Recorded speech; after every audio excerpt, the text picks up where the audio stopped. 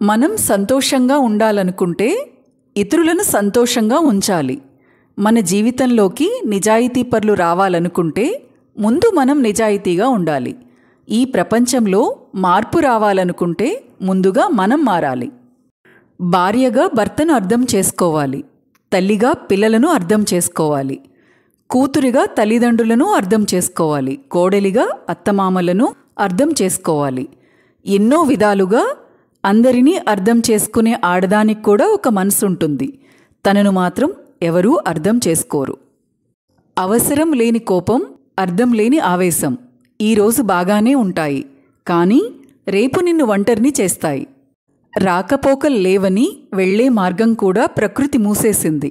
అలా మూతపడేది దారులు మాత్రమే కాదు, బంధాలు కూడా. జీవితంలో అతి ప్రమాదకరమైనది దుఃఖం. దాన్ని దిగమింగడం నేర్చుకోండి. అతి భయంకరమైనది నిరాశ. దాన్ని అస్సలు పట్టించుకోకండి. అతి నీచమైనది అసూయ. దాన్ని ఏమాత్రం లక్ష్యపెట్టకండి. వీటికి దూరంగా ఉండండి.